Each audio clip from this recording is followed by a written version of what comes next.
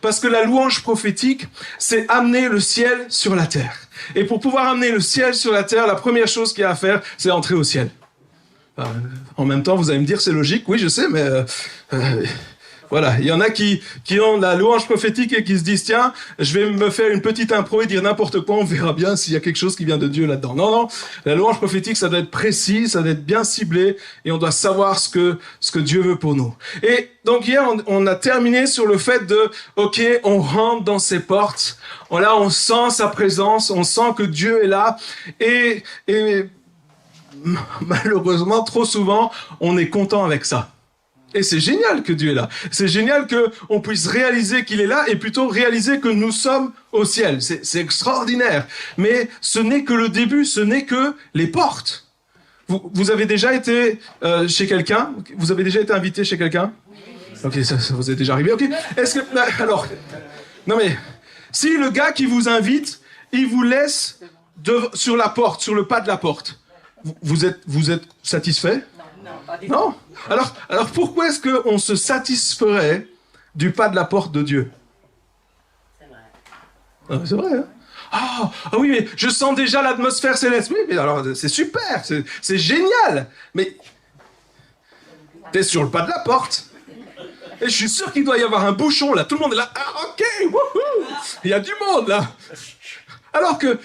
Alors qu'on peut rentrer. On peut rentrer, on peut aller plus loin. Et je veux continuer cet après-midi sur cet appel. Et là, écoutez, parce que c'est pas juste, vous savez, le message du ciel sur la terre, le message de la manifestation céleste, c'est un message qui est prêché à l'heure actuelle. Vous savez pourquoi? Parce qu'il y a une nouvelle révélation. C'est pas moi. Il y a une nouvelle révélation globale du ciel. C'est pas moi, c'est le Seigneur qui a ouvert, et partout on en parle parce que justement il y a quelque chose, il y a une porte qui s'est ouverte, il y a quelque chose de plus grand. Vous savez, j'ai eu une révélation il y a quelque temps et vous savez, je me disais, des fois on se dit, ok, est-ce qu'on va sentir la présence de Dieu ou pas? C'est un peu la question qu'on se pose quand on va dans une réunion, hein? Et le Seigneur me montrait que dans les temps qui viennent, la question sera plus est-ce qu'on va ressentir la présence de Dieu ou pas. La question ce sera à quel point on va être capable de supporter la force de la présence de Dieu. Jusqu'au quand on va pouvoir rester dans la réunion. C'est plutôt ça la question. Jusqu'à quel point est-ce qu'on va pouvoir rester dans la réunion tellement la présence de Dieu sera forte. Ça, c'est quelque chose qui est en train de se passer dans le monde. C'est pas, je vous dis, dites pas, oh, non, c'est pas une révélation de moi. C'est quelque chose que Dieu est en train de faire. Et quand on est guidé par le Saint-Esprit, on voit, Dieu nous ouvre les yeux pour qu'on voit ce qu'il est en train de faire. Et aujourd'hui, maintenant, il y a une révélation du ciel comme il n'y en a jamais eu auparavant. C'est quelque chose d'extraordinaire. C'est quelque chose que, avant, c'était certaines personnes qui vivaient ces choses-là. Alors, je dis pas que il n'y a pas eu d'expérience comme ça avant, c'est pas ça que je suis en train de dire. Mais ce que je suis en train de dire, c'est qu'avant, il y avait des petits groupes de personnes très isolées qui vivaient des choses extrêmes et extrêmement intenses. Et que Dieu, aujourd'hui, je sais pas pourquoi, c'est sa volonté, il ouvre ces choses-là pour que son Église puisse vivre ces choses-là. Et moi, je trouve ça cool, hein? Et donc, il y a un appel de dire, ne reste pas sur le pas de la porte, mais viens plus dans la présence de Dieu. Et on va prendre Colossiens chapitre 3, versets 1 et 2.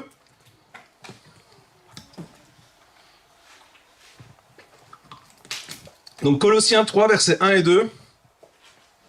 Si donc vous êtes ressuscités avec Christ, recherchez les choses d'en haut, où Christ est assis à la droite de Dieu. Attachez-vous aux réalités d'en haut, et non à celles qui sont sur la terre. Donc, si donc vous êtes ressuscités avec Christ, c'est vous ça? Amen. La Bible nous dit, dans une autre version dit, la résurrection de Christ est également la nôtre. Donc, nous aussi, nous avons été ressuscités. Nous étions morts et par nos offenses, et maintenant nous sommes vivants avec lui. Alors, il y en a qui vont nous dire, mais j'étais pas mort avant. Alors, spirituellement, on était mort. Mais maintenant, nous sommes ressuscités, nous sommes vivants avec lui. Et ensuite, il dit, recherchez quoi? Les choses d'en haut, où Christ est assis à la droite de Dieu. Et c'est intéressant parce que la droite de Dieu, ça représente quoi? Ça représente la puissance, l'autorité, l'honneur et la gloire.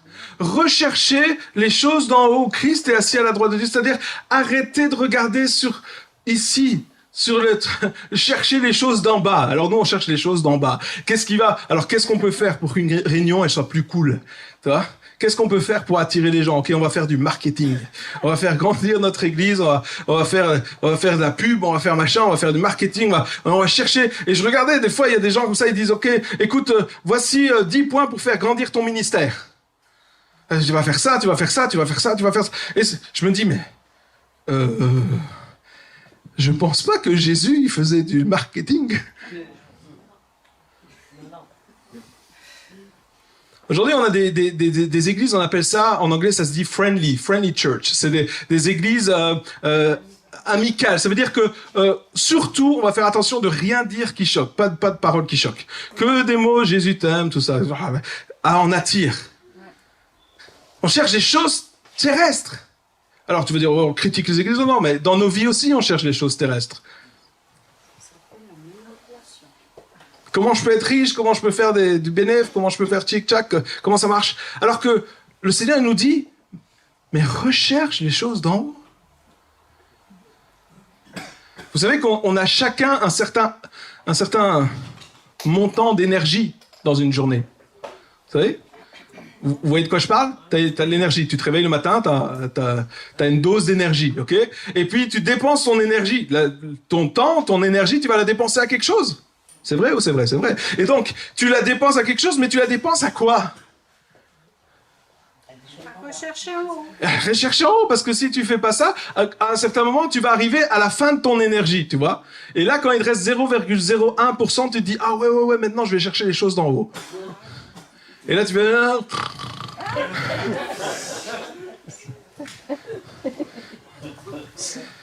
Je vois qu'il y en a qui voient de quoi je parle, hein? Et puis, il dit pas juste chercher les choses d'en haut, il dit attachez-vous aux choses d'en haut. Attachez-vous aux choses d'en haut. Aux réalités d'en haut. Au fait, et c'est ça qui est extraordinaire, c'est que on pense que rechercher les choses d'en haut, des fois on dit oui, ok, mais si je recherche les choses d'en haut, j'aurai pas les choses d'en bas. Ben, la Bible nous dit cherchez d'abord le royaume des cieux. Et sa justice, c'est quoi? Et quoi? Et toutes ces choses vous seront données par-dessus. Il y en a aujourd'hui qui prêchent, voici, si tu veux être béni, tu dois faire ça. Excusez-moi, je suis désolé. Moi, je recherche pas la bénédiction. Je la recherche pas, j'ai pas besoin.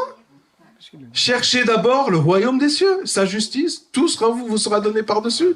J'ai pas besoin de chercher la bénédiction. J'ai pas besoin de faire 25 méthodes pour pouvoir être riche ou machin. J'ai pas besoin. Ça va? Vous me regardez, quoi? Putain, et tous les bouquins, qu'est-ce que j'en fais? Vous avez juste enrichi les mecs qui ont écrit les bouquins. Ok, bon, j'arrête. Excuse-moi, après je vais faire polémique. Je vais encore m'attirer des ennuis. J'ai rien dit, ok. Et donc, attachez-vous aux réalités d'en haut, cherchez les choses en haut. Et vous savez ce que ça veut dire?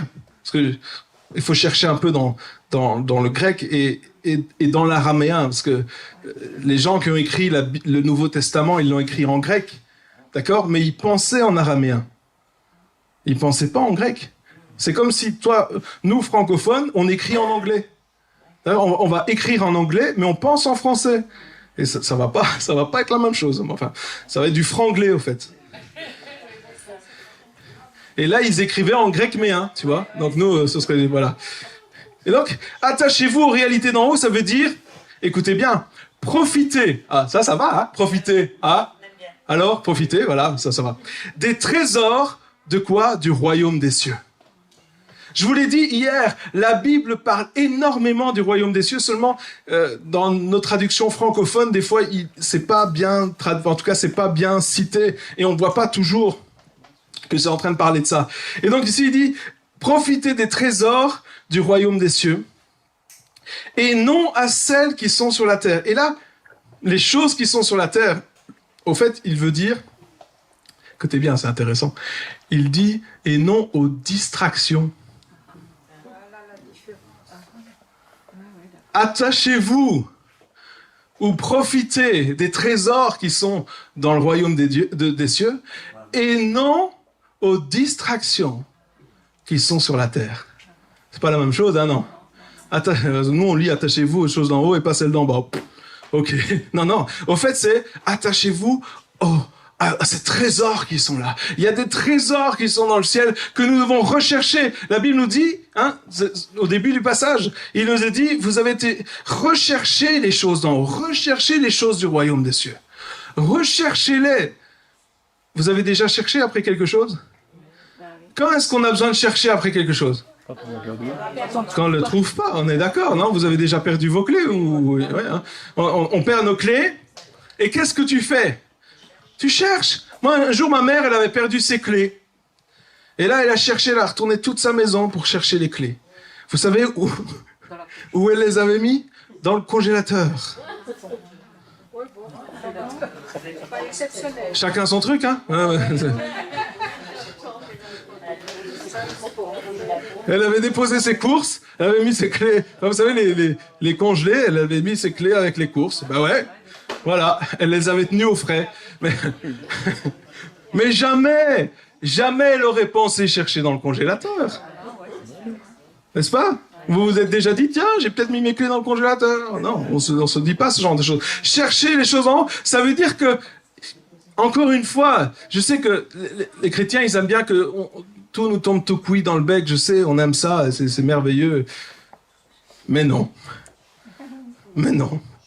S'il est dit rechercher, c'est parce qu'il y a un effort de notre part à faire. Ça veut dire que hier on parlait du sacrifice de louange, il y a un prix à payer, il y a quelque chose à faire de notre part. Alors bien sûr, tout est grâce, bien sûr Dieu vous nous donne des choses extraordinaires, des choses qu'on ne mérite pas, c'est vrai. Mais il y a une recherche de notre part. Qu'est-ce que tu es prêt à faire ? Il y a quelque temps, le Seigneur m'a mis à cœur de chercher encore plus loin au niveau de la louange, etc.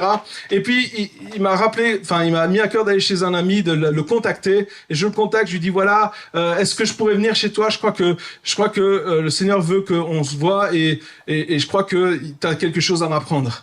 Et puis il me dit, oui, pas de problème, tu peux venir quand tu veux. Oui, mais venir quand tu veux, ça voulait dire que je devais prendre l'avion, que je devais prendre des jours pour y aller, que je devais faire un sacrifice. Alors j'ai pris l'avion, j'ai pris le bus, j'ai pris le train. J'ai même pris Blablacar. C'est bien. J'ai tout fait.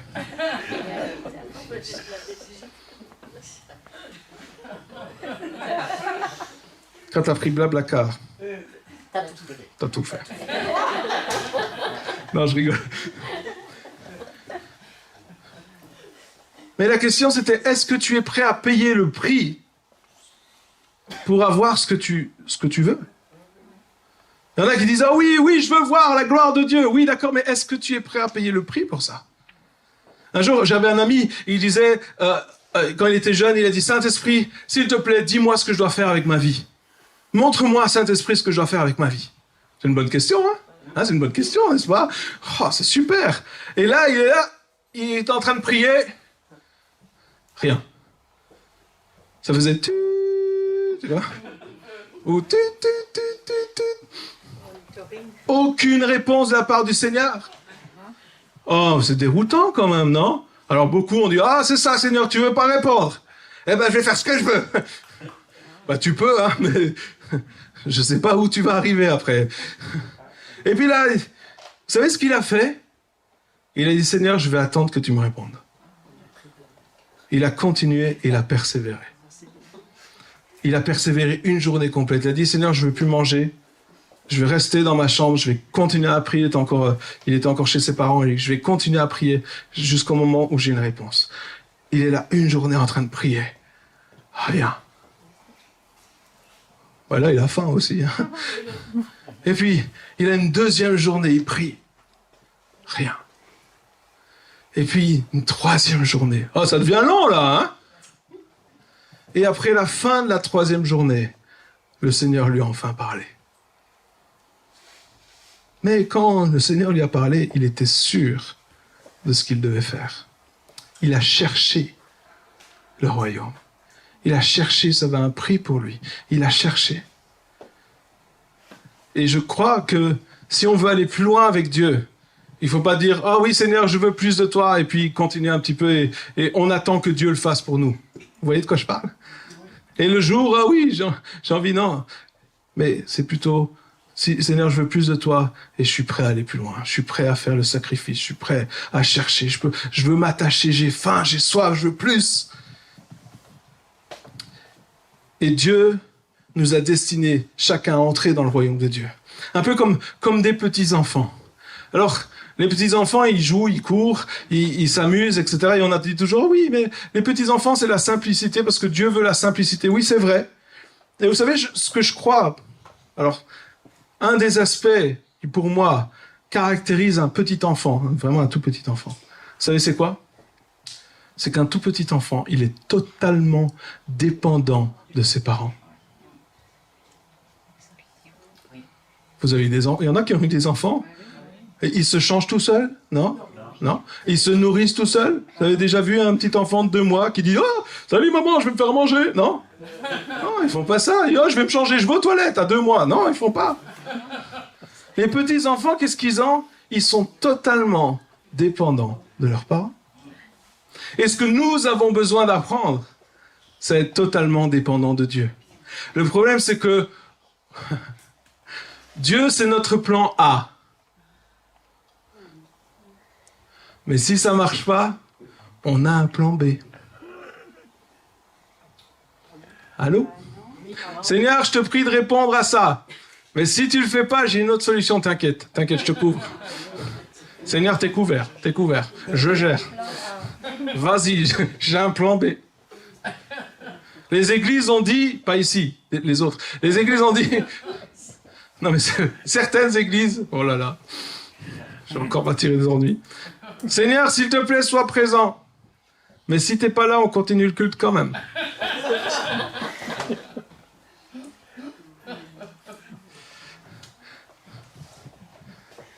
Les petits... Les petits enfants sont totalement dépendants de leurs parents. Seigneur, si tu viens pas, on n'a rien à faire ici. Seigneur, on a besoin de toi. Tu es notre substance, on ne peut pas faire sans toi. Comme des petits enfants. C'est pas une histoire d'être illuminé en disant oh oui, je suis un fou. Non, c'est un style de vie.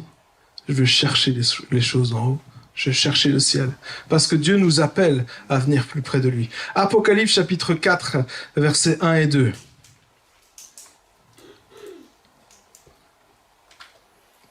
Il dit, après cela, je regardais et voici une porte était ouverte dans le ciel. On l'a vu hier déjà. Jusque-là, ça va. Mais la première voix que j'avais entendue, comme le son d'une trompette et qui me parlait, dit, monte ici. Je te ferai voir ce qui doit arriver dans la suite. Aussitôt, je fus ravi en esprit. Voici, il y avait un trône dans le ciel, et sur ce trône, quelqu'un était assis. Donc ici, on voit que dans l'Apocalypse, on voit que il est là et il voit, il y a une porte ouverte dans le ciel. Et là, ça y est, on a remarqué, il y a une porte ouverte et on peut rentrer dans cette porte. Et puis, il y a une voix qui lui dit, viens plus haut. Viens plus haut. Et puis, je pense que dans l'écrit, il manque quelque chose. Il y a une voix, comme une trompette, il dit, monte ici, je te ferai voir ce qui doit arriver.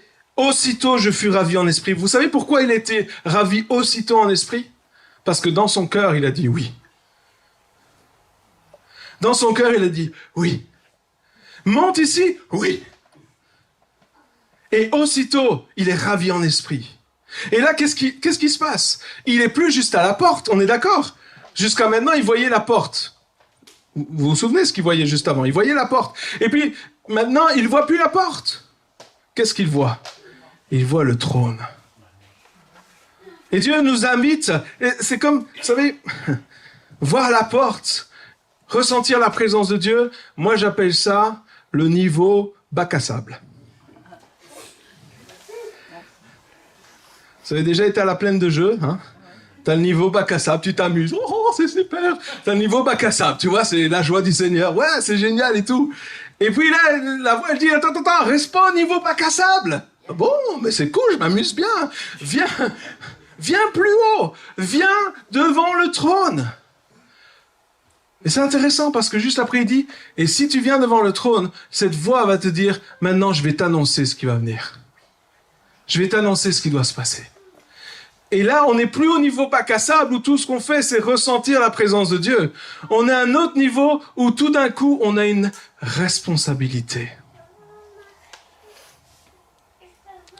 C'est ça la louange prophétique. On réalise que tout d'un coup, on a une responsabilité parce que la révélation qu'il a eue, il a dû après la porter à l'église. Vous êtes d'accord? Vous avez bien vu qu'il y avait un livre qui s'appelle Apocalypse. C'est parce qu'il a vu cette révélation, et puis il n'en est pas resté là, mais il a ramené la révélation sur la terre. Amen. Donc, on n'est plus au niveau où simplement on profite. Ça nous fait du bien. Comme je vous le disais hier, la prophétie, elle édifie, elle exhorte, elle encourage, hein, d'accord? Elle est là pour nous exhorter, ok? Et ça, c'est un peu le... Excusez-moi, peut-être, je veux pas minimiser, c'est très important, mais c'est un peu le niveau bac à sable, ça nous fait du bien, c'est super, c'est bon. Ok, on s'amuse, on se fait du bien et c'est important, on en a besoin, d'accord? On a besoin de s'amuser. On a besoin de s'amuser, dites amen. Hein. Vous savez que Jésus s'amusait? Jésus, des fois, il a marché sur l'eau. Je suis sûr qu'il devait être mort de rire en voyant la tête des disciples qui pensaient qu'il était un fantôme. Tu vois, je suis sûr je suis sûr qu'il faisait ouh, tu vois.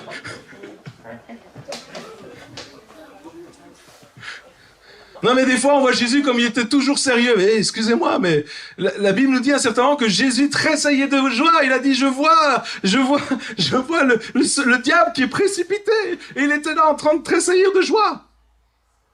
Jésus est joyeux? Oui, je vous assure. Jésus était joyeux. Ne me regardez pas comme ça, vous me faites peur. Et là, il dit, ok, donc, t'as la porte, maintenant tu vas aller plus haut, viens ici et je vais te montrer des choses. Et vous savez, la Bible, et Dieu, ce qu'il veut, c'est nous montrer des choses. Il veut pas qu'on soit ignorant. Il veut pas que... Il dit pas, oh non, mais c'est sûr, pour certaines personnes, je vais leur montrer, les autres, non. Dieu veut nous montrer des choses. Il veut nous révéler des choses. La Bible nous dit, Jérémie 33:3, invoque-moi, je te répondrai. Qu'est-ce qu'il va faire? Invoque-moi, je te répondrai. Donc ça, on connaît. Mais la suite, c'est quoi? Je te montrerai des choses. Oh, encore des choses. Je te montrerai des choses comment? Des choses cachées que tu ne connais pas. Pourquoi faire? Pour que tu puisses les savoir et rien faire avec? Non. Pour que tu puisses les montrer. Que tu puisses les révéler. On a une responsabilité. Alors, donc, vous voyez, il y a deux phases dans la louange. Il y a cette phase où vraiment Dieu nous fait du bien. Ça nous fait et c'est nécessaire, encore une fois. Et puis il y a cette phase où on oublie nos propres intérêts. Ouais, on aime moins, je sais, mais on n'est plus là juste pour nous. On est là pour voir ce que Dieu veut dire à son peuple. Et pas seulement à son peuple, mais sur cette terre, sur cette région. On a commencé... Et on va un peu mettre en pratique ce soir, mais on a commencé, en Belgique, on a commencé à faire des soirées qu'on appelle consacrées, où c'est justement la louange prophétique, et on n'est pas là pour se faire du bien. D'ailleurs, quand j'écris, je dis, écoutez, si vous voulez être béni, allez dans une autre réunion. Ne venez pas pour être béni. Mais je viens pas alors, ben viens pas. M'en fous. Je préfère avoir 5 personnes qui ont une bonne attitude que 300 qui viennent pour être bénis. Ok. Ne venez pas pour être bénis. Et même, on va plus loin. On fait payer la réunion. Ça élimine encore plein de gens. Alors on fait payer 5 €, hein, mais on fait payer pour éliminer des gens. Non, t'as pas compris, Nat. Le but, c'est d'avoir le plus de monde possible. Ah ben, désolé, j'ai pas compris comment ça marche le marketing, mais... On fait payer parce que comme ça, les gens, quand ils viennent avec une attitude de « je viens donner ». Je viens donner. Je viens pas pour prendre. Seigneur, bénis-moi, bénis-moi, bénis-moi. Seigneur, je viens donner et je viens être un sacrificateur. Et un sacrificateur, c'est quoi? Un sacrificateur, quand il s'approche près de Dieu, il ne s'approche pas pour lui. Il s'approche pour le peuple. Et Dieu cherche aujourd'hui des sacrificateurs.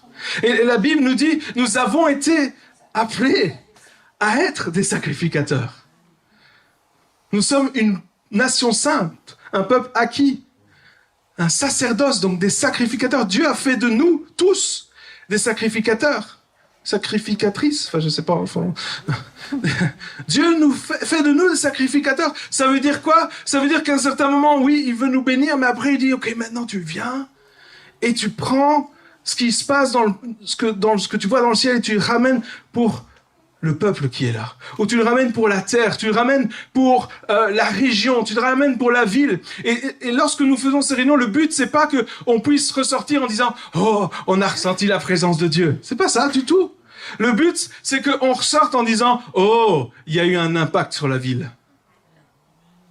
L'avant-dernière fois, on faisait la réunion, et il y a quelqu'un qui n'a pas compris que c'était une réunion pour des chrétiens, et il a amené 2 inconvertis. Et moi, je me suis dit, ok, c'est un truc de louange prophétique, et t'amènes 2 inconvertis. On est mal barré.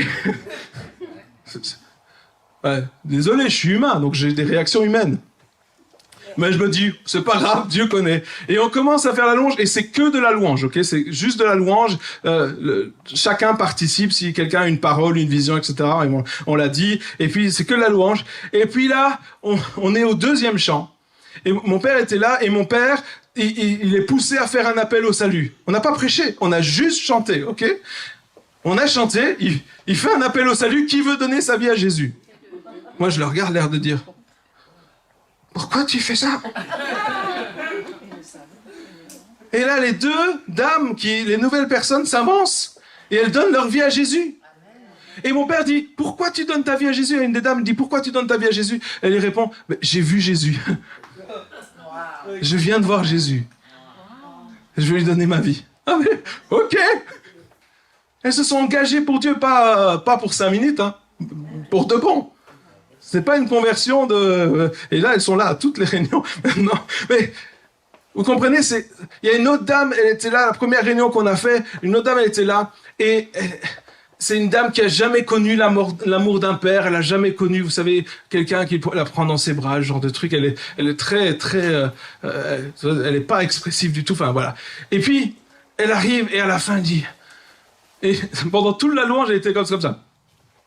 Je me dis, elle, rien qui se passe. Et puis elle arrive, elle témoigne, elle dit, j'ai ressenti Dieu qui me prenait dans ses bras pendant tout le temps. Elle a été totalement transformée. On veut pas jouer sur les émotions, sur le ressenti, mais sur un impact profond.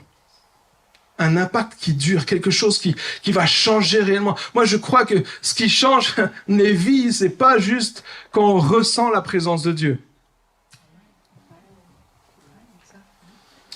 Moi, je crois que c'est pas juste le fait de ressentir comme une atmosphère de Dieu. Vous voyez de quoi je parle? Mais la Bible nous dit qu'on est transformé lorsque on le voit face à face. Lorsque nous le voyons. C'est là que nous sommes transformés. Et pour le voir, il ne faut pas rester à la porte. Il faut aller plus loin, jusqu'à la salle du trône. Et là, on va le voir. Il dit, voilà, je voyais, il était sur le trône, dans le ciel. Et il a dit, je vais t'annoncer des choses. Et Dieu veut que nous puissions avoir des visions du ciel. Vous savez, des fois, il y a des gens qui disent, ah oui, alors, c'est simple. Alors, au niveau céleste, dans le ciel, il y a Dieu, il y a des anges, et c'est tout.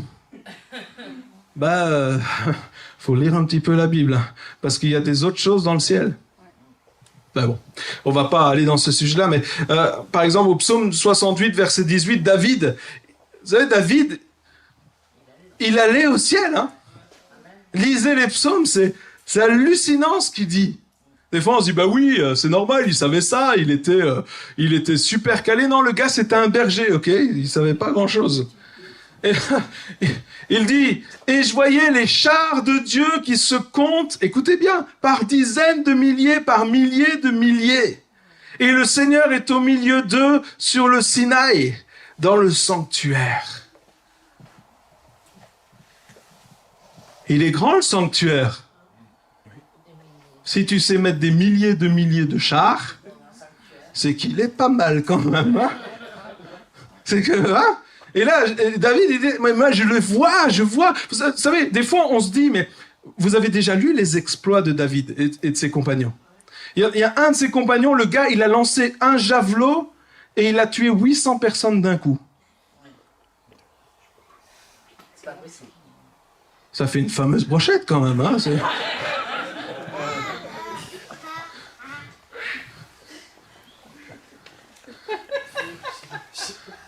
non mais, des fois David, il était entouré par toute une armée contre lui. Et le gars, qu'est-ce qu'il faisait? Il est tranquille le mec. Tranquille. À un certain moment, il a été jusque dans le camp de l'ennemi pour échapper à Saül. Et pourquoi? Il était fou? Peut-être, oui. Peut-être. Mais surtout, il avait une vision du ciel. Le gars, il a vu des milliers de chars. Il se dit, ben, si le gars qui a des milliers de chars, il est de mon côté, les petits mecs, là, avec leur petite armée, ils me font même pas peur. N'est-ce pas? Mais, des fois, on pense que... Vous savez, des fois, on a une conception de la foi. Tu vois. On a une conception de la foi en disant, voilà, il faut que je croie, je dois croire. Oui, mais si tu peux aller au ciel et voir ce qui se passe au ciel, voir comment c'est, où est la victoire. Si tu vois la victoire déjà, quand tu redescends sur la terre, t'es là, ouais, tranquille. Vas-y. Ouais, je sais, non, mais c'est les lettres de menace, là. Ouais, non, elles sont bien. Non, mais c'est bien écrit, vraiment. T'as fait, waouh, super, mais moi j'ai été voir là-bas et c'est pas comme ça que ça finit. Ça finit pas du tout comme ça. Ça finit totalement autrement. Vous voyez de quoi je parle? Ça doit être plus simple que ça. Et donc il y a cet appel à dire, viens plus haut. Viens plus haut. Et puis, il y a encore plus. Je crois que Dieu, il nous appelle à interagir avec le ciel. Qu'est-ce que ça veut dire, monsieur? Alors, interagir avec le ciel. Si par exemple vous avez une vision, vous êtes en train de prier ou en train de louer Dieu, vous avez cette vision. Et des fois, quand on a une vision, on est déjà content d'avoir une vision. Wouhou, j'ai une vision! Et puis des fois, on a une vision, mais on ne comprend pas la vision. Ça vous est déjà arrivé? Oui. Tu vois un truc, t'es là. Ouais, ok. Je vois une boîte. Ça veut dire, Seigneur, que tu veux me mettre en boîte? Est-ce que je suis une sardine, mon Dieu? Non, je sais pas. Et puis, des fois, quand on ne comprend pas la vision, il y a une erreur qu'on fait souvent. C'est qu'on se dit, vas-y, je vais l'interpréter quand même. Alors, je crois que ça veut dire ça. Oui, je vais finir en boîte. Oh là là, pourquoi j'ai dit une boîte, moi, maintenant? Vous voyez de quoi je parle ou pas? Ça vous est déjà arrivé d'avoir... Il y en a qui ont des visions ici? Ou je suis le seul illuminé de la salle? Okay. Est-ce que vous savez que Dieu veut que vous ayez des visions? La Bible nous dit que Dieu veut que nous tous... Alors, que tous parlent en langue. Ça, Paul, il a dit, hein, que tous parlent en langue. Mais il a dit, je veux encore plus que tous prophétisent. C'est pas juste les prophètes. C'est que tous prophétisent. Et pour prophétiser, il faut avoir des visions, faut avoir des songes, faut entendre la voix de Dieu. Donc, on est tous destinés à cela. C'est pas que pour certaines personnes. Ça, c'est un mensonge qu'on appelle ça. C'est pas bien. Faut pas le croire.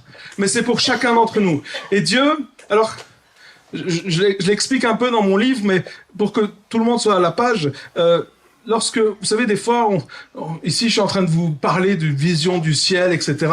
Et là, tu me dis, ouais, c'est bien, mais moi, je vois pas tout ça. La Bible nous dit que notre esprit est éveillé. C'est notre esprit qui voit au ciel. Amen. C'est pas nos yeux physiques, d'accord? Nos yeux physiques, ils voient le physique.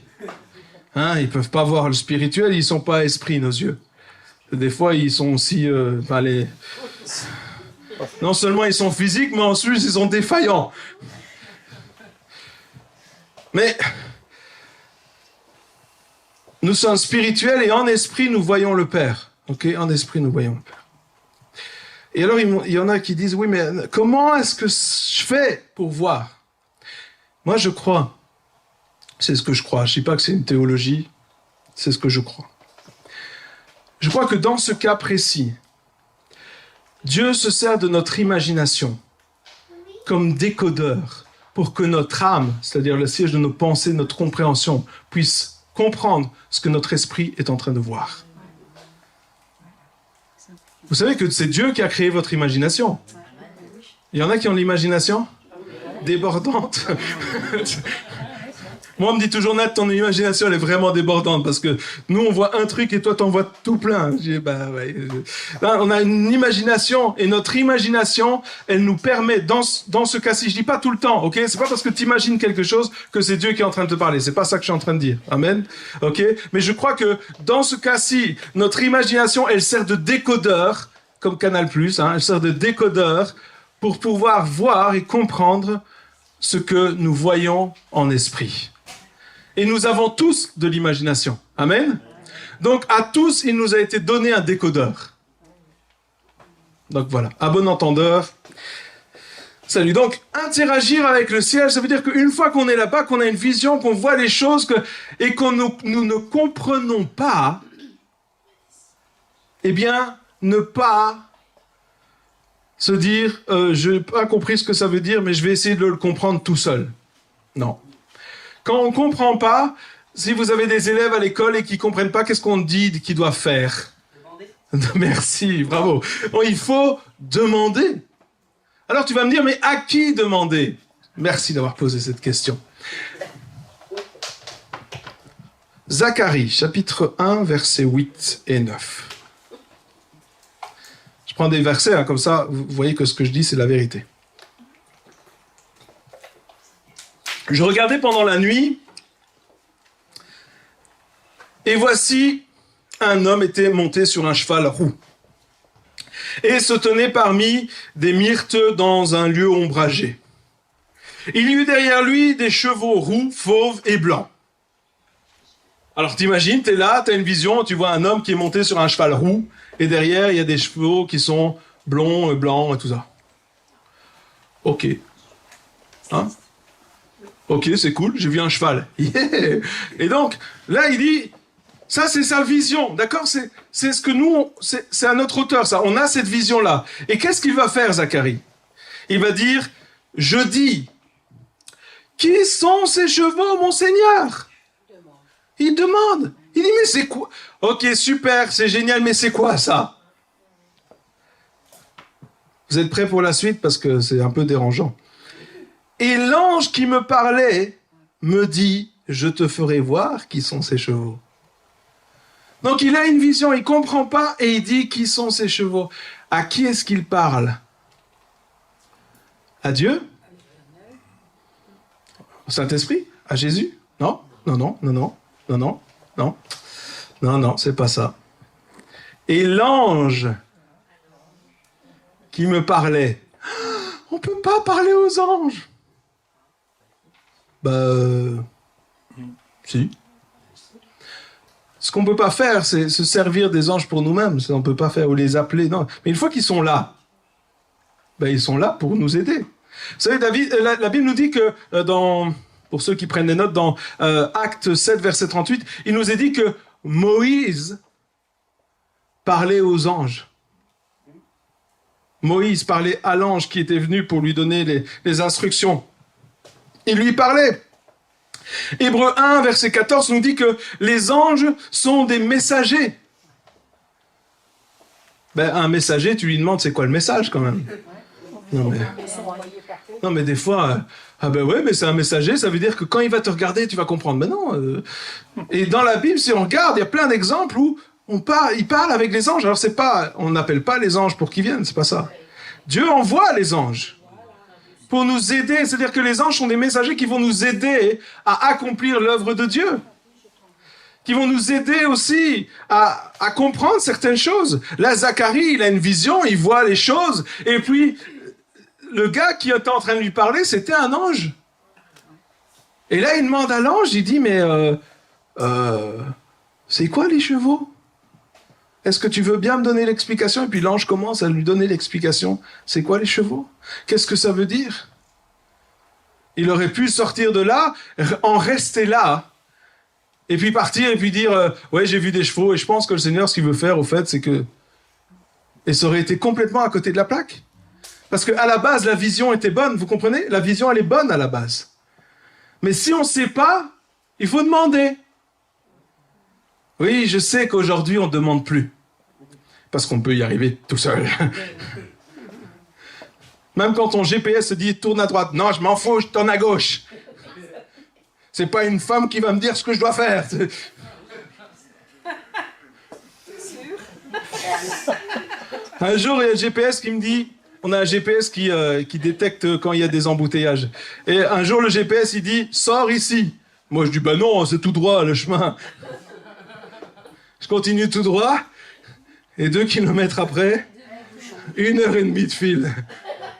J'ai dit à Isa, j'aurais dû l'écouter. J'ai dit, bon, la prochaine fois, quand il dit de sortir, on sort. Et puis la fois d'après, il a dit, sors. Ok, je sors. 1h30 de bouchon. Pour faire 5 kilomètres. Un dimanche en plus. Après une réunion, on était crevés. Mais bon. Mais je crois que, vous savez, au-delà des visions, Dieu veut nous donner une révélation. Il veut nous donner une révélation pour nous faire comprendre les choses. Il ne faut pas avoir peur de demander en disant « Ok, Seigneur, qu'est-ce que ça veut dire ?» Et là, je sais qu'il y en a qui sont en train de se dire « Wow, Nat, on est trop au-delà de ce que je sais faire là. Ça va au-delà de ce que je comprends. » C'est possible, mais c'est là où Dieu t'appelle. C'est un cheminement. C'est un cheminement. On commence avec une étape et on va à l'étape suivante et on va à l'étape suivante. Et on commence avec des petites choses et le Seigneur nous montre des petites choses. Et des fois, on pense que quand on a des petites choses, ça veut rien dire. Moi, je me souviens, la première fois que j'ai appris la prophétie, comment ça se passe, on avait un séminaire, encore un peu comme ici, on a un séminaire, on nous enseigne la prophétie et tout ça. Et puis après, on fait un exercice pratique. L'exercice pratique, c'est le moment où tu as envie d'aller aux toilettes. Vous voyez de quoi je parle comme ça, ils vont pas m'interroger. C'est le moment où tu dis je participe de loin, vas-y, fais ton exercice, je verrai bien si j'ai bon. Mais pas de chance, les toilettes étaient fermées, la porte de dehors était fermée, non je rigole. Et on n'était pas nombreux, je pense qu'il y avait différentes cellules et on était 7 ou 8 dans notre petit groupe là. Et donc, pas de bol, t'es obligé. Oh là là, Seigneur, je vais être complètement à côté de la plaque, complètement. Qu'est-ce qu'ils vont se dire de moi? Ils vont se foutre de moi. Vous voyez de quoi je parle, ce genre de pensée? Ah ouais. Ouais, d'ailleurs, je pensais pas venir ce soir parce que, tu vois, si on va mettre en pratique, moi, ça ne m'intéresse pas, je vais mettre en pratique chez moi. Hein? Et là, le gars, il dit, voilà, fermez les yeux, commencez à demander à Dieu ce qu'il veut dire. Et il a dit, vous allez prophétiser sur moi. Oh purée, je vais prophétiser sur lui en plus. Fermez les yeux et demandez à Dieu de vous donner une vision. Ok, Seigneur, vas-y, parce que là, s'il n'y a rien, je suis mal paré. Et là, je ferme les yeux, je me concentre, je prie, je demande, Seigneur, s'il te plaît. Et je pense à une vague. Je me dis, oh, c'est nul comme truc. Sûrement que j'avais un t-shirt avec un surfeur, je sais pas, tu vois, c'est ça. Et là, toutes ces pensées qui disent, non, mais là, c'est toi, tu vois, là, c'est toi. Tu es en train de penser de toi. Ça, c'est pas Dieu, c'est une vague. Ça veut rien dire, une vague. Non, mais c'est vrai, ça veut rien dire. Et puis, je continue, et je vois un bateau de course, je me dis, oh purée, tu vois, vas-y, moi je pense à la mer, là, tu vois. Je dis, ok. Et puis là, il commence à interroger les gens, je dis, allez, vas-y, je me mets en dernier. Et là, il vient vers moi. Je dis, non, c'est le premier, il est là-bas.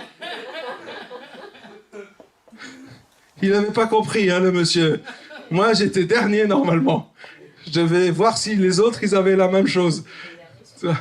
Mais non, il m'a pris en premier. Et là, il me dit, ok, qu'est-ce que tu as vu? J'ai dit, j'ai vu une vague. Avec un bateau. Merci. Je suis bon. Voilà, il dit rien et il continue. Et puis les autres, ils ont eu des visions aussi. Et puis il dit, alors toutes ces visions sont justes. Alors on se regarde, étonné. C'est la première chose que tu fais parce que je ne sais pas pourquoi on a toujours cet état d'esprit, cette mentalité comme quoi forcément on doit se tromper. Je ne suis pas d'accord. Moi je crois que Dieu il veut nous parler et qu'il nous a rendus capables de l'entendre et de voir ce que... Enfin. Et donc il dit, voilà, le Seigneur nous appelle en Angleterre et donc on doit aller en bateau. En Angleterre. J'ai dit, j'avais bon. Je le savais. Mais ce que je veux dire, c'est que on est bien plus capable que ce qu'on croit. Dernièrement, on a commencé à faire des mini séminaires justement pour apprendre à prophétiser, apprendre à intercéder prophétiquement, etc. Et à la fin, on fait un tout petit enseignement et puis après, on fait des exercices. Et là, les gens, ils sont comme ça, à l'air de dire non. Et là, la dernière fois, on dit on va faire l'exercice. Et là, j'ai dit personne va aux toilettes. Et là, j'ai entendu oh. Parce qu'il y en avait tout plein, c'est à ça qu'ils pensaient. Vas-y, je m'en vais. On a mis des gardes aux portes, vous pouvez pas sortir. Et puis on fait l'exercice. Et là, les gens, après, ils nous regardent, l'air de dire « Mais je savais pas que j'étais capable. Je pensais que j'y arriverais pas. » Mais c'est un mensonge. Dieu nous a rendus capables de voir. Il a éveillé, il a ressuscité notre esprit. Et donc maintenant, nous sommes connectés. La Bible nous dit que nous avons un libre accès au ciel, c'est-à-dire qu'on a une carte de membre. On a un accès. On est citoyen du ciel. C'est notre habitation. Ça veut dire que si on habite quelque part, c'est normal qu'on voit ce qui se passe là où on habite, n'est-ce pas? Il y en a ici, quand vous arrivez chez vous, fermez vos yeux. Surtout, je ne veux pas voir la cuisine.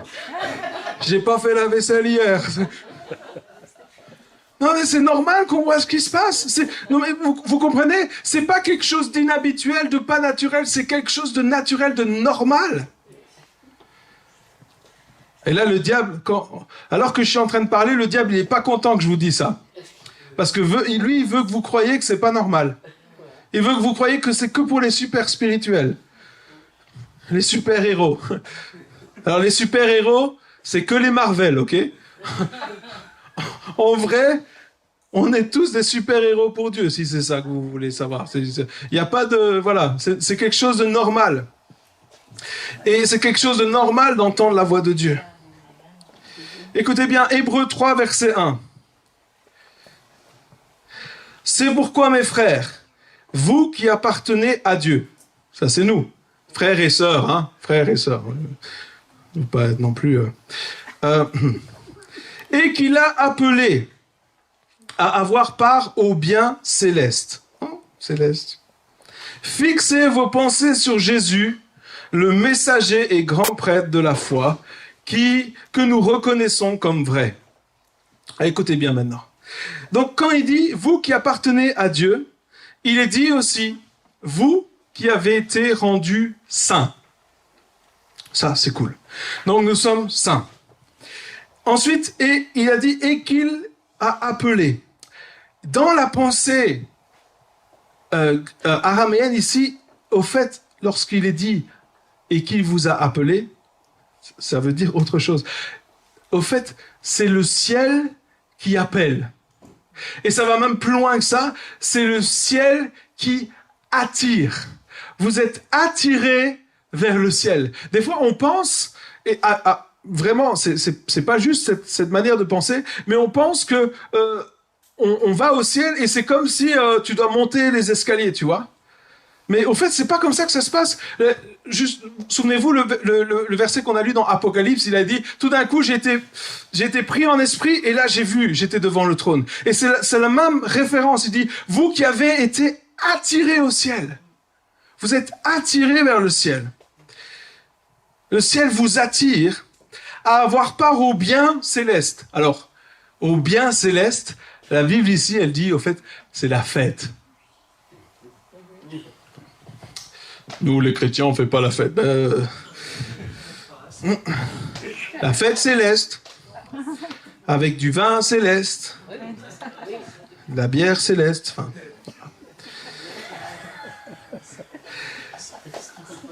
donc, et au fait, ce qu'il est dit, c'est que donc, vous avez été... Bon, c'est fini là. Et donc, il est dit... Donc, vous avez été appelés, vous avez été attirés, et ça peut vouloir dire aussi attirés à vivre, écoutez bien, attirés à vivre la vie du ciel. Oh! Attiré à vivre, c'est ce que ça... Ouais, nous, en français, on n'est pas très fort. Hein. Mais attiré à vivre la vie du ciel. Vous voyez que la Bible, elle parle du ciel tout le temps. Waouh! On est attiré à vivre la vie du ciel. Ensuite, à cause de ça, fixez vos pensées sur Jésus, le messager et grand prêtre de la foi. Jésus est toujours le centre. Il veut nous faire entrer dans une autre réalité afin d'élargir notre perspective et nous faire voir les choses telles qu'elles devraient être. C'est pas juste les choses telles qu'elles sont. Ça veut dire on reste dans cette dimension-ci, on reste dans cette réalité-ci. Mais Jésus veut nous faire voir les choses telles qu'elles devraient être pour amener le ciel sur la terre. C'est ce que Jésus faisait tout le temps. Il a dit, je ne fais rien si je ne vois le Père le faire. Où est-ce qu'il voyait le Père le faire? Au ciel. Jésus, il avait ses visions. Il a dit qu'il prenait du temps pour prier la nuit. Il allait monter à la montagne, il allait prier. Et puis, il revenait. Et le jour d'après, il faisait plein de trucs. Qu'est-ce qu'il faisait? Il faisait les choses de lui-même? Non. Donc si Jésus, fils de Dieu, faisait pas les choses de lui-même, je crois que nous, on a intérêt à pas faire les choses de nous-mêmes non plus. Hein? On est d'accord. Et donc, on est appelé à faire les choses qu'on voit au ciel. Mais on ne saurait pas les faire si on ne voit pas au ciel. Vous comprenez le problème? Oui, je veux faire les choses comme Jésus. Oui, d'accord, mais pour ça, il faut que tu vois au ciel. Ah! Ben oui. Ah. Il est temps de faire les choses différemment. Et lorsque nous le contemplons, c'est ce que la Bible dit dans 2 Corinthiens 3, verset 18. À nous tous qui sans le voile sur le visage, nous contemplons comme dans un miroir la gloire du Seigneur. C'est alors que nous sommes transformés à son image de gloire en gloire par l'Esprit du Seigneur. C'est alors que nous sommes renouvelés dans nos pensées. C'est alors que nous avons une autre vision des choses. Quand nous le contemplons. Je vous disais tout à l'heure, c'est pas ressentir la présence de Dieu, c'est extraordinaire. Mais d'après mon expérience, et désolé si je choque, mais d'après mon expérience, ça n'a jamais transformé personne. Tu peux aller dans une réunion, ressentir la présence de Dieu, profiter de la présence de Dieu, c'est super, tu sors, t'es toujours le même. Moi, j'ai vu des gens qui tombaient tout le temps, mais en se relevant, ils avaient juste un bleu sur le...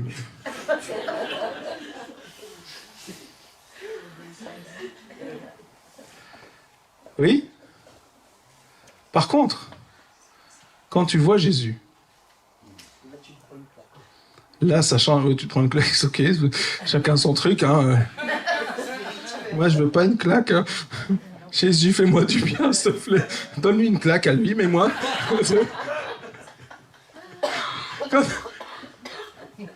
Quand tu vois Jésus, ta vie, elle change.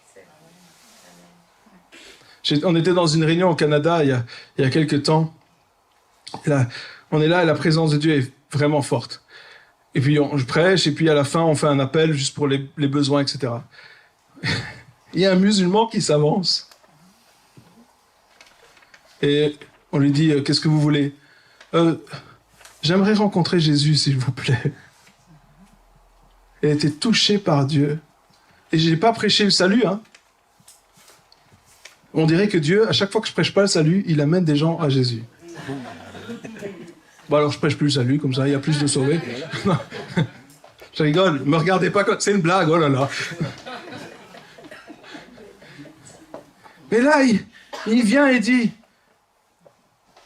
ah, j'ai été touché par Dieu, je veux rencontrer Jésus.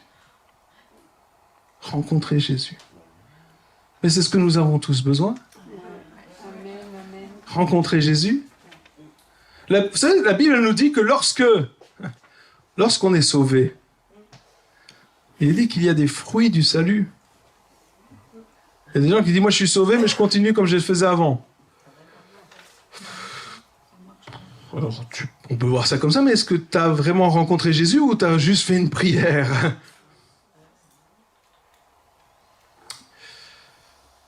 Moi, je crois que Jésus veut qu'on le rencontre journalièrement, tout le temps. Et lorsque nous sommes près de lui, alors nous sommes transformés. Comme je vous le disais hier, le diable, ce qu'il veut surtout pas, c'est que tu ailles près de lui, que tu penses que tu n'es pas assez bien pour aller près de lui. Et vu que tu penses que tu n'es pas assez bien, tu n'essayes pas d'y aller. La barre, elle est trop haute, je peux pas y arriver. Donc, j'essaye même pas. Et comme j'essaye même pas, je vais pas près de lui. Et comme je vais pas près de lui, je le vois pas. Et comme je le vois pas, je suis pas transformé. Et comme je suis pas transformé, je pense que je suis nul. Et comme je pense que je suis nul, je vais pas près de lui. Vous voyez le truc ? Non, mais c'est vrai, hein ? On parle avec beaucoup de chrétiens et je vous assure que la plupart vivent dans ce cercle. Ils demandent pardon, 5 minutes, ils recommencent et puis il est reparti. Ils vont pas jusqu'à rencontrer Jésus. C'est la première fois quand tu rencontres Jésus, la première fois que tu vas au ciel, que tu rencontres Jésus, c'est comme cette dame qui était là la dernière fois à la réunion, la première fois qu'elle a rencontré Jésus vraiment, qu'elle a passé du temps, ce qu'elle a senti, c'est quoi ? C'est ses bras d'amour qui l'entouraient. Il commence par te transformer. Pourquoi est-ce qu'il nous transforme ? Un petit peu comme Ésaïe, il a dit, ah mais je peux pas parler, mes lèvres sont impures, boum, je te touche. Tac, tes lèvres sont pures, maintenant tu peux parler. Et là, tu arrives vers lui, tu dis, ah Seigneur, je peux pas y arriver, boum, je te touche. Tu ressens l'amour de Dieu, tu ressens que Dieu est là, tout d'un coup, c'est plus que juste une théorie quand t'as dit Dieu t'aime. Non, là, ça te transforme, quand ton cœur éclate tellement tu ressens son amour, et là tu dis,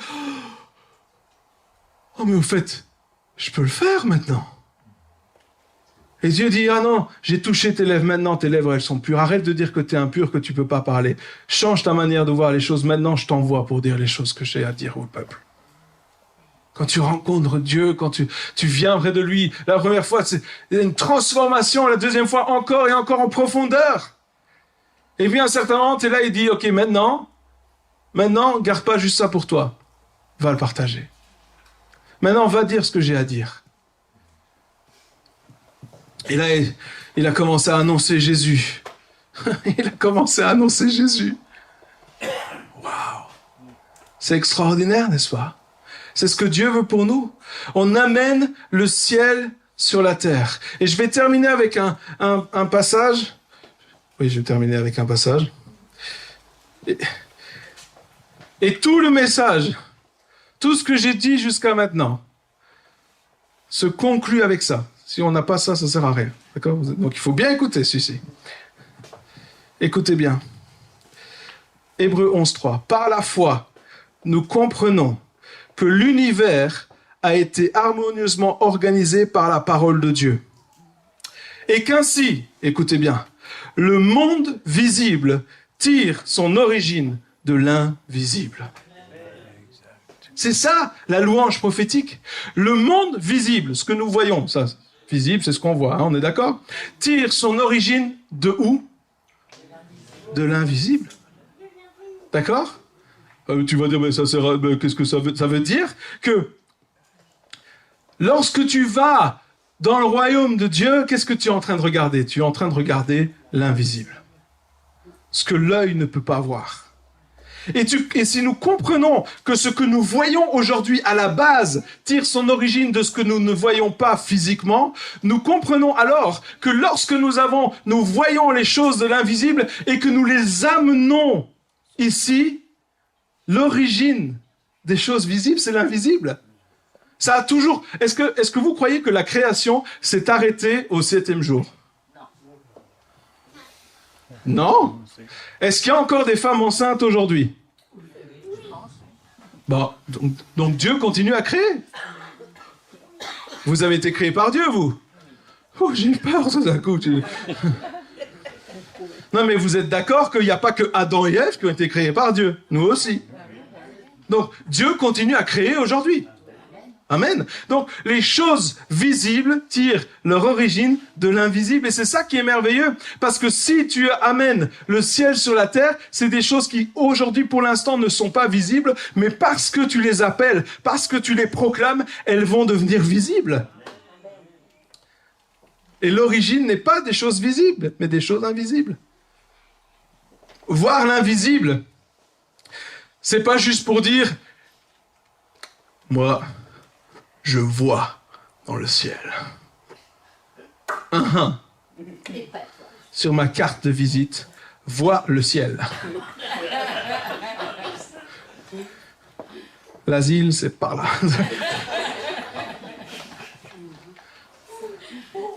C'est pas ça le but. J'espère que vous avez bien compris. Le but, c'est de dire, je vois les choses invisibles parce que j'ai une responsabilité devant Dieu de prier pour que ces choses invisibles deviennent visibles. Je vois qu'il y a, je sais pas moi, la drogue qui s'en va ici dans la ville, par exemple. J'ai une responsabilité de dire, ok, la drogue va partir. Parce que je l'appelle.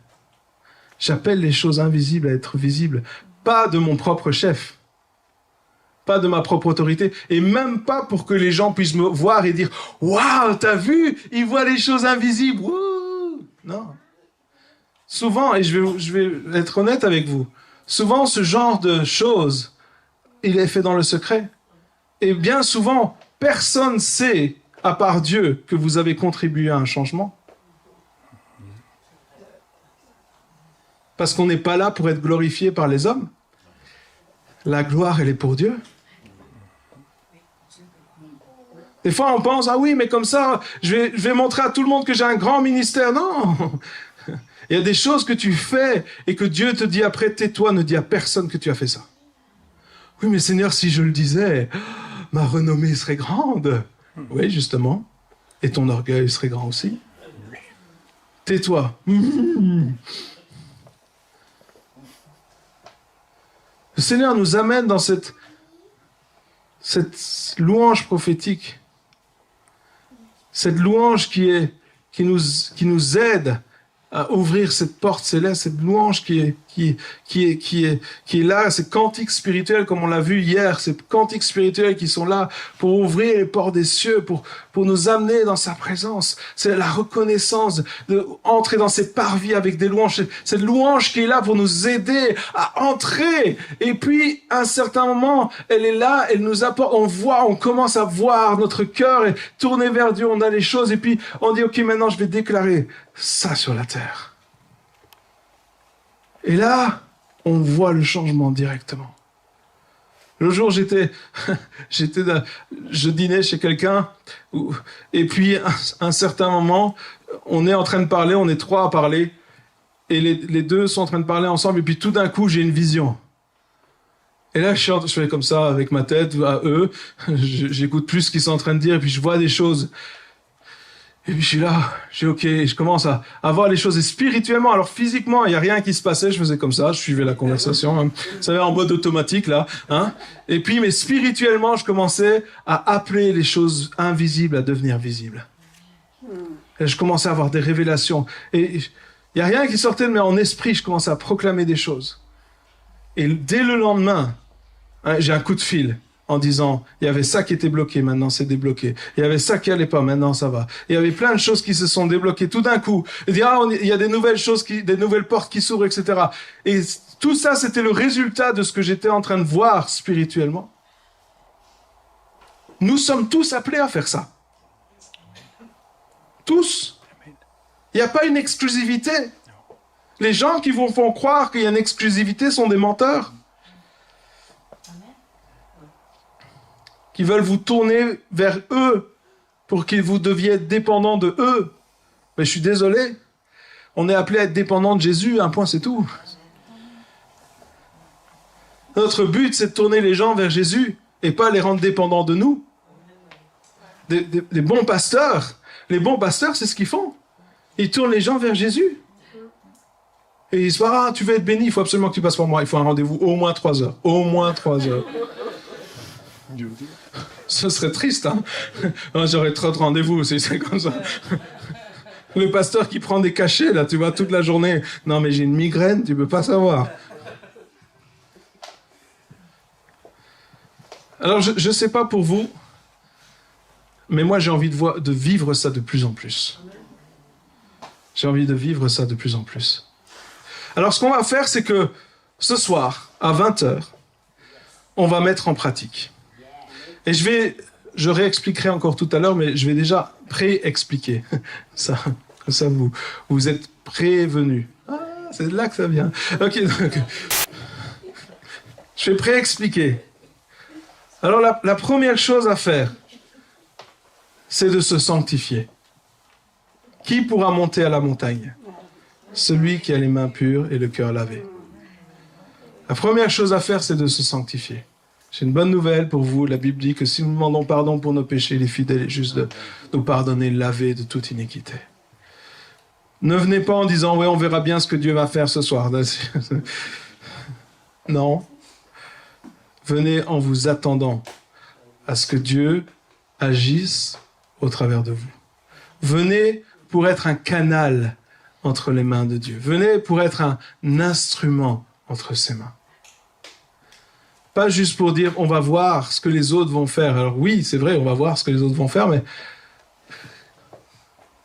moi, je viendrai plutôt en disant, Seigneur, je suis prêt à faire tout ce que tu veux. Utilise-moi. On demande pardon, on se sanctifie, on se prépare. En disant, Seigneur, je veux être prêt pour ça. Je veux qu'il n'y ait rien qui me retienne, qui m'empêche d'aller plus loin. Donc ça, c'est la première chose. La deuxième chose, comme je vous l'ai dit tout à l'heure, ne venez pas pour être béni. Vous allez être béni. Oh, je ne vais pas le dire, c'est un secret. Non mais, des fois, on pense que c'est quand on vient pour être béni qu'on va être béni. Non, c'est quand tu viens pour donner que tu vas être béni. Donc ne venez pas pour être béni, mais venez pour être, encore une fois, pour dire, Seigneur, je vais être un sacrificateur, utilisé par toi. Et puis, la troisième chose, et c'est peut-être la plus difficile, en tout cas au début, c'est d'être prêt à plier le genou devant Dieu. Plier le genou, ça ne veut pas dire se mettre à genoux, quoique vous pouvez, si vous n'avez pas d'arthrose. Plier le genou devant Dieu, ça veut dire faire plier votre volonté à la sienne. En d'autres mots, ça veut dire, Seigneur, je veux pas te louer comme j'ai décidé de te louer, mais je veux te louer comme toi tu veux que je te loue. C'est-à-dire que si à un certain moment vous ressentez qu'il faut lever vos mains, levez vos mains. Si à un certain moment vous ressentez que le Seigneur veut que vous vous asseyez, asseyez-vous, même si tous les autres sont debout. Si Dieu veut que vous vous leviez, levez-vous, même si tout le monde est assis. Vous voyez ce que je veux dire ? On n'est pas juste là pour se dire c'est moi qui décide dans la louange. Non, laissez Dieu être maître de votre louange. Vous allez voir que c'est une expérience totalement différente. Totalement différente. Et quatrièmement, venez avec la foi. Croyez que Dieu veut le faire au travers de vous. Qu'il veut parler, qu'il veut agir, qu'il veut vous donner une vision. Alors vous n'êtes pas obligé forcément de venir devant et de partager. On n'est pas là. On n'est pas là pour se montrer. Mais on est là. Si par exemple, imaginons, Dieu donne une vision et il y a quelqu'un qui vient et partage une vision et vous venez d'avoir la même vision. Ben, vous n'êtes pas obligé de dire il faut que je vienne le dire aussi. Non, ça c'est si tu veux te glorifier toi. Oh. Si l'autre dit, dites Amen, Alléluia, super, c'est que je suis dans le bon, c'est que je suis dans l'alignement. Et puis après, peut-être le partager en privé avec 2-3 personnes en disant, tu sais, je suis content parce que j'ai eu aussi la même chose et ça m'encourage. Vous comprenez? Et vous allez voir que Dieu... Moi, sincèrement, hein, je m'attends à Dieu. Je m'appuie pas sur mes capacités, mais alors là, pas du tout. J'ai appris que ça fonctionnait pas. Quand j'essaye de faire mon truc, Dieu dit, bon, je me casse. Oh non, Seigneur, ok, arrête. Reviens, j'arrête. J'arrête, je te laisse faire, toi. On est là ici pour compter les uns sur les autres. Moi, je crois que l'Église, c'est pas quelques stars devant et des baudets qui sont là. Ça se dit des baudets ici? Hein? Des ânes, quoi. Je crois que c'est pas ça, l'Église. Je crois que l'Église, c'est... Désolé, hein, je suis belge. Pardonnez-moi, s'il vous plaît. Merci, merci. Quelle compassion, les Français. Oh là là. On peut pas être parfait. Je crois que l'Église, c'est un ensemble. On est fort quand on est unis. Et ce genre de choses qu'on va faire tout à l'heure, ça ne fonctionne que dans l'unité. Ça ne fonctionne que si on est tous participants. Pas que s'il y a quelqu'un devant et les autres qui sont là en train de s'attendre à... Non, soyons tous participants. Et vous allez être étonnés de ce que Dieu va faire. Peut-être que ce ne sera pas... Moi, je suis étonné parce que des fois, quand on fait ce genre de réunion, on ressent un petit peu, mais pas grand-chose. Vous voyez? Et alors, on se dit, oh, peut-être que c'était pas... Peut-être que c'est... Et après, on a les témoignages de ce qui s'est passé. Et là, on se dit, ok, je me base plus sur ce que je ressens, mais j'ai foi. Souvenez-vous, venez avec la foi. Je crois que Dieu va faire des choses. Et je crois que Dieu va faire des choses ce soir.